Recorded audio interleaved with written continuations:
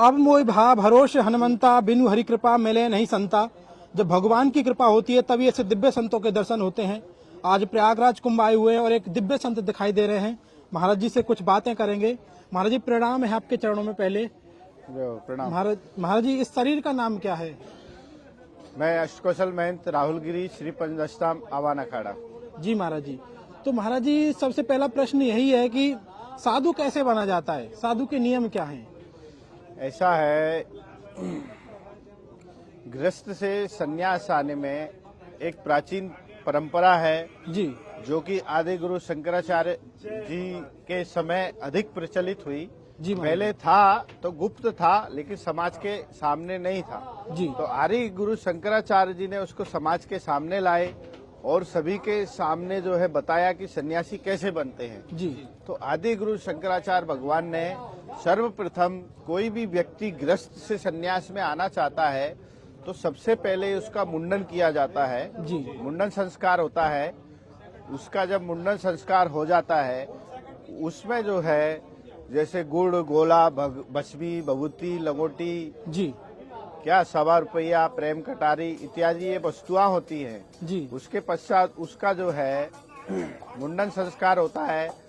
और साधु समाज के जो पुराने महात्मा है, प्राचीन महात्मा है, उनको उसके पंचगुरु के रूप में जो है स्थापित किया जाता है, क्योंकि ये पांच भौतिक शरीर है। जी महाराज जी, तो 5 गुरुओं की शरण में रह के इस पंच भौतिक शरीर को 5 प्रकार के विकारों को दूर करना पड़ता है। जी महाराज जैसे काम, क्रोध, मद, मोह, लोभ।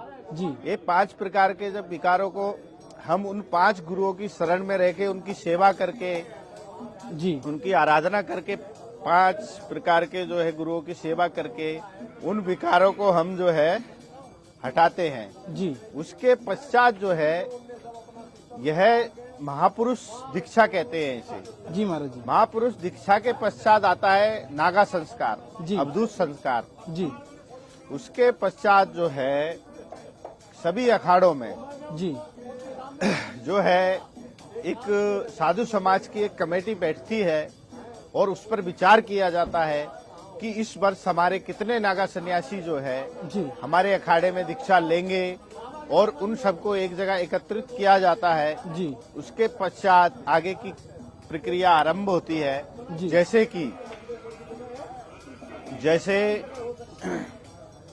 नागा संस्कार में सबसे प्रथम जो है उनका पुनः मुंडन कराया जाता है। जी, उसके पश्चात उनका जो है विजय हवन होता है। जी, विजय हवन जो है सबसे बड़ा इस पृथ्वी का यज्ञ होता है, जी महाराज जी, जो हमारे पूर्वजों के लिए और इस पंच भौतिक शरीर को त्यागने के लिए होता है। जी, तो उसमें पुनर्जन्म होता है जी, नए नागा सन्यासियों का। जी, तो उसके पश्चात क्या विजय हवन होता है। विजय हवन के बाद पिंडदान किया जाता है। जी, तो जो भी नागा सन्यासी बनते हैं उनका जीवित ही पिंडदान किया जाता है। जी महाराज जब जीवित पिंडदान किया जाता है उसके पश्चात जो है उनको दिगंबर दीक्षा दी जाती है। जी। दिगंबर मतलब कि कोई वस्त्र नहीं, केवल भस्म ही अपने तन पर धारण करनी है। जी जैसे महाराज। कि आप कुंभ मेले में बहुत से महात्माओं को देख रहे हैं, वो केवल भस्म ही लगाते हैं। हाँ जी, हाँ तो वो भस्म दीक्षा के रूप में दी जाती है गुरु के द्वारा।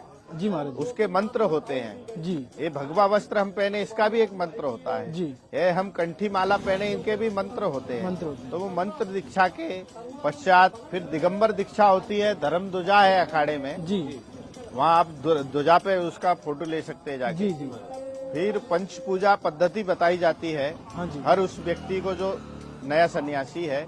जी और एक पुष्पांजलि हमारे अखाड़े के द्वारा प्रकाशित की जाती है। जी। वह पुष्पांजलि उसे दी जाती है। उसमें हमारे अखाड़े की संपूर्ण जानकारी होती है, जो कि आदि गुरु शंकराचार्य परंपरा से 10 नाम स्थापित हुआ, जिसमें गिरिपुरी, भारती, सरस्वती, वन, आर्यन, तीर्थ, आश्रम 10 प्रकार के नागा सन्यासी होते हैं। और उनका नागा सन्यास केवल कुंभ में ही है संभव होता है, अन्यथा हम कहीं उनको दीक्षा दे देते हैं।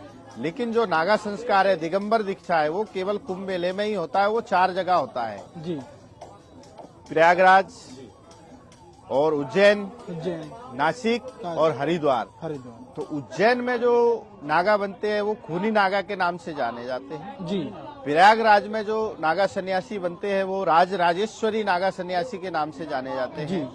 हरिद्वार में जो नागा सन्यासी बनते हैं वो बर्फानी नागा सन्यासी के नाम से जाने जाते हैं जी।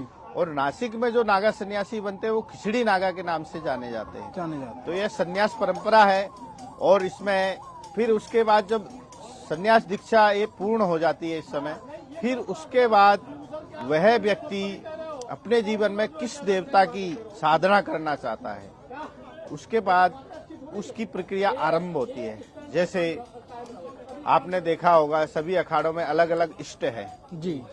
जैसे श्री पंदश्राम अवान अखाड़े के श्री सिद्ध गणेश भगवान इष्ट देवता हैं जी। श्री पंदश्राम जूना अखाड़े के इष्ट देवता श्री दत्तात्रेय भगवान हैं जी।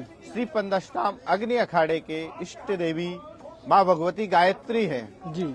श्री पंचायती निरंजनी अखाड़े के इष्ट देवता श्री कार्तिक स्वामी हैं जी। महानिर्वाणी के भगवान नारायण का अवतार स्वामी कपिल मुनि जी हैं।